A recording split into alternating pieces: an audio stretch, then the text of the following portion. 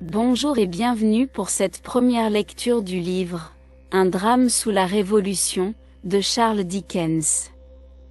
Nous allons commencer la lecture par le chapitre 1 du livre premier. L'histoire commence maintenant. Livre premier, ressuscité. Chapitre 1, la malle-poste. Sur la route de Douvres, un vendredi de l'année 1775, la malle-poste montait péniblement la côte de Shooter's-Hill. Soufflant, suant, trébuchant, les chevaux avançaient lentement sur le sol boueux. Par 3 fois, malgré les exhortations du cocher et les coups de fouet, il s'était arrêté déjà et avait placé la diligence au travers de la route, comme pour affirmer énergiquement qu'il ne monterait pas la colline et préférait redescendre vers Blackheath. De tous les plis du terrain, s'élevait une brume moite et glaciale, si épaisse que la lumière des lanternes parvenait à peine à la percer et à éclairer quelques mètres de route. Non qu'ils eussent le moindre goût pour la marche en la circonstance, mais pour alléger de leur poids le coche, 3 voyageurs étaient descendus. Solidement bottés, emmitouflés jusqu'aux oreilles, tous 3 restaient impénétrables à l'œil scrutateur du voisin. Ils marchaient, côte à côte, sans prononcer une parole. Aucun d'eux ne se souciait d'entrer en relation avec son compagnon de route. Savait-on, à cette époque, si l'on n'avait pas affaire à un voleur ou à un affilié d'une bande de brigands? D'un poste de relais, pouvait surgir quelqu'un à la solde du capitaine des malandrins. Tout individu était suspect. Le conducteur, appuyé sur son bâton traditionnel, suivait à pied, lui aussi, sans perdre un seul instant de vue la caisse d'armes placée à l'arrière de la voiture et qui renfermait, outre une escopette chargée, un arsenal de pistolets et de coutelas. Seul, le cocher paraissait n'avoir qu'un souci, c'était de pouvoir obtenir de ses chevaux un suprême effort pour atteindre le faîte de la colline. Certes, il n'aurait pas osé jurer, en toute conscience, qu'ils étaient capables de faire le voyage et pourtant il ne se décourageait point. Enfin! S'écria-t-il. Nous voici arrivés au sommet. Que le diable vous emporte, j'ai eu assez de mal à vous y amener.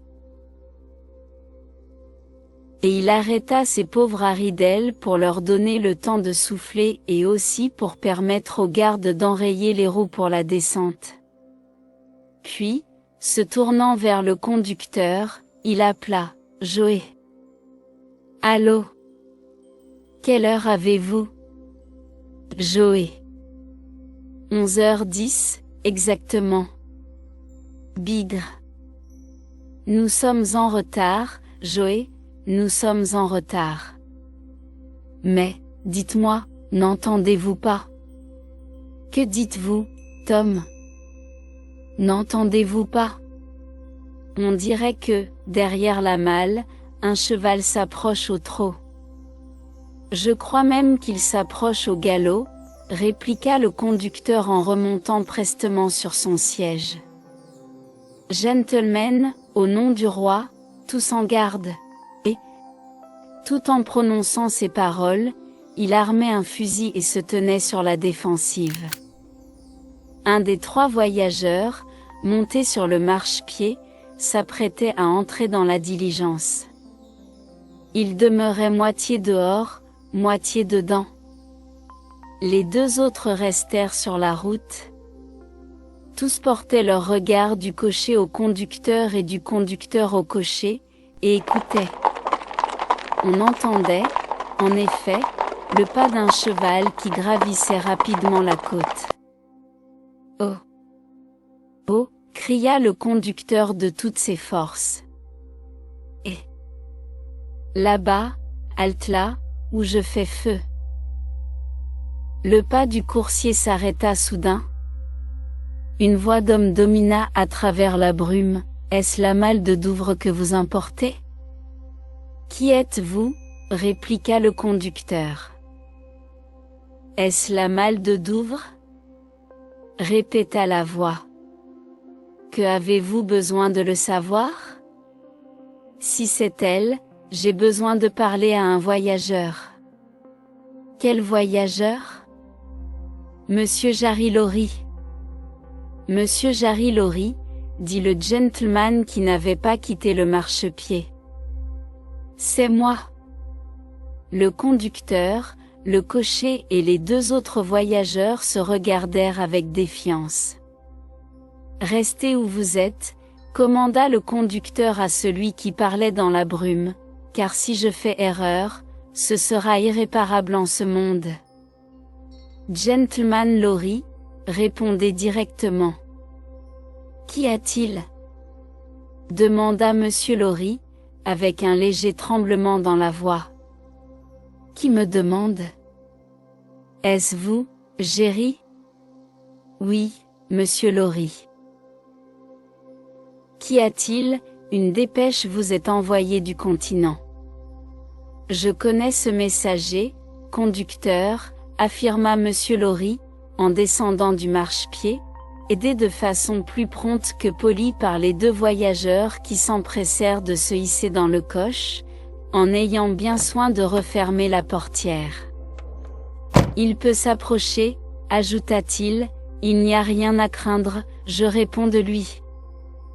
Et, vous là-bas, avancez, cria le conducteur, tout en maugréant à part lui, je n'aime pas la voix de ce Jerry, elle est bien enrouée. Salut à vous, dit le cavalier. Oh, oh, oh. Avancez au pas. S'il vous plaît. Et surtout que je ne vois pas vos mains se poser dans les arçons de votre selle.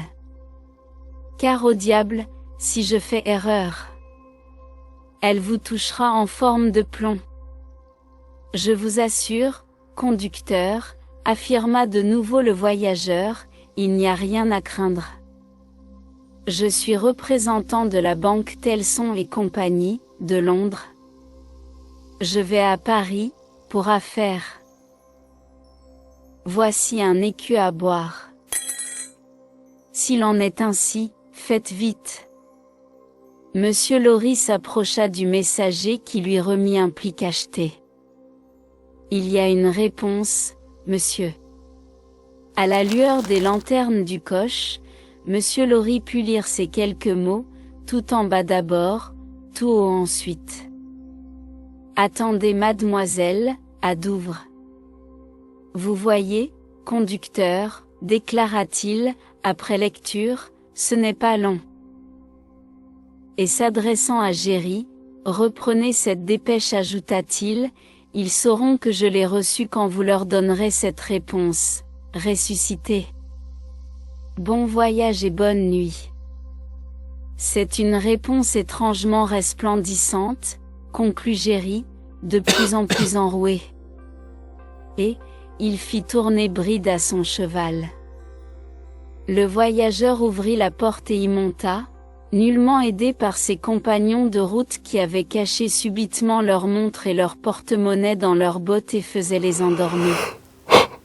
La malle-poste se remit en marche lentement, enveloppée de brume qui s'épaississait au fur et à mesure qu'elle descendait. Le conducteur replaça son fusil dans la caisse d'armes et tout en jetant un coup d'œil sur le contenu, interpella le cocher par-dessus la voiture. « Tom, avez-vous entendu lire la dépêche? » « Oui, Joe. »« Qu'en pensez-vous, Tom? » »« Rien du tout, Joe. »«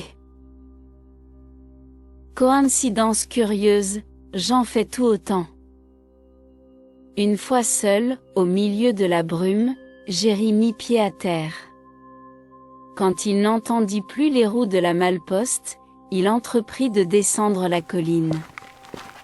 Après un pareil galop, depuis Temple Bar jusqu'ici, ma vieille, dit-il, en jetant un regard sur sa jument, je ne me fierai pas à tes quatre pattes avant que nous ne soyons en terrain plat.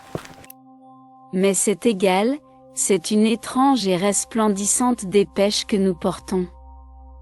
Ressuscité. Notre lecture pour aujourd'hui s'arrête là. Qu'en avez-vous pensé? Dites-le nous en partageant vos impressions dans la partie commentaires, et si vous avez aimé cette lecture, n'hésitez pas à mettre un pouce bleu. Et bien sûr, si ce n'est pas déjà fait, n'oubliez pas de vous abonner et à activer les notifications pour les vidéos à venir. À très bientôt.